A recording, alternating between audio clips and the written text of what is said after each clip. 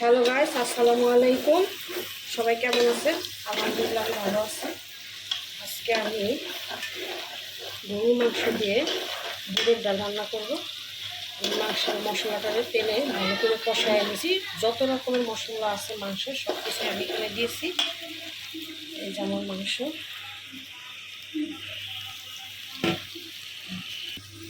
হচ্ছে আমার বুটের ডাল, এটা দিয়ে আমি রান্না করি।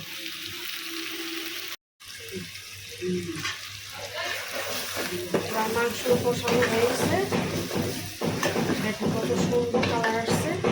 আমি এর মধ্যে দিয়ে দেবো বুটের ডাল, দিব।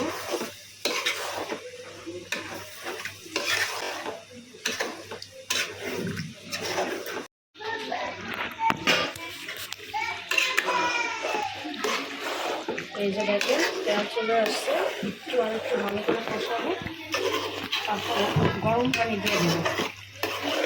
তেল কালার কত সুন্দর আসছে।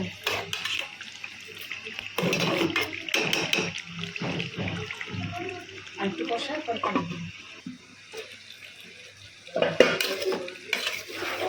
আমার মাংস কষানো হয়ে গেছে। এই যে দেখেন আমি এর মধ্যে এখন গরম পানি দিয়ে দিই। গরম পানি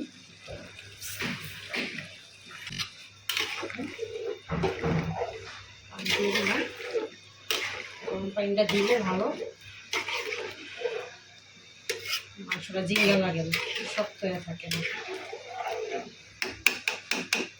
হয়ে গেছে, আমি যখন ঢেকে দিব।